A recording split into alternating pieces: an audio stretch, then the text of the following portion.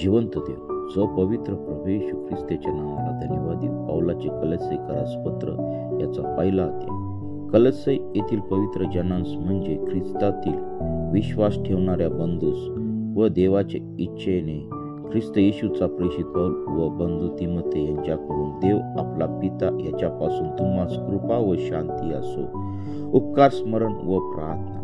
ख्रिस्त येशूमधील तुमचा विश्वास व तुमची सर्व पवित्र जनांवरील प्रीती ह्याविषयी ऐकून आम्ही तुम्हासाठी जेव्हा प्रार्थना करीतो तेव्हा स्वर्गात तुम्हासाठी राखून ठेवलेल्या आशेमुळे आम्ही सर्वदा आपल्या प्रभू येशू ख्रिस्ताचा पिता देव ह्याची उपकार स्तुती करतो। ह्या आशेविषयी तुम्ही सुवार्तेच्या सत्य वचनात पूर्वी ऐकले, ही सुवार्ता तुम्हाकडे येऊन पोहोचली आहे।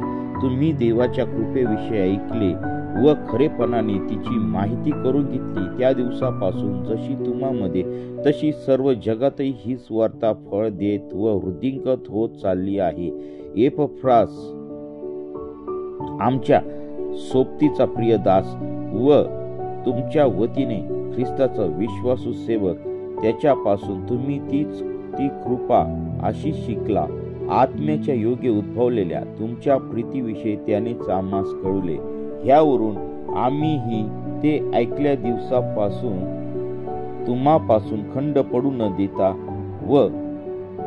देता प्रार्थना करून मागतो की सर्व आध्यात्मिक ज्ञान व बुद्धी ह्यांच्याद्वारे तुम्ही त्याच्या इच्छेसंबंधीच्या पूर्ण ज्ञानाने भरले जावे, अशा हेतूने की तुम्ही सर्व प्रकारे प्रभूला संतोषण्याकरिता त्याला शोभेल असे वागावे, म्हणजे प्रत्येक प्रकारच्या सत्कार्याचे फळ द्यावे आणि देवाच्या पूर्ण ज्ञानाने तुमची वृद्धी व्हावी। सर्व प्रकारचा धीर व सहनशक्ती ही तुम्हास आनंदासह प्राप्त व्हावी, म्हणून त्याच्या गौरवाच्या पराक्रमानुसार तुम्ही सर्व प्रकारच्या सामर्थ्याने समर्थ व्हावे आणि ज्याने तुम्हाला प्रकाशातील पवित्र जनांच्या वचनाचे विभागी होण्याजोगे केले त्या पित्याची तुम्हीही उपकार स्तुती करावी। त्याने आपल्याला अंधाराच्या सत्तेतून काढून आपल्या प्रिय पुत्राच्या राज्यात आणून ठेवले। त्या पुत्राच्या ठायी खंडणी भरून प्राप्त केलेली मुक्ती म्हणजे आपल्या पापांची क्षमा आपल्याला मिळाली आहे। वाचलेले वचन देव बाप आशीर्वादित करो। आमेन।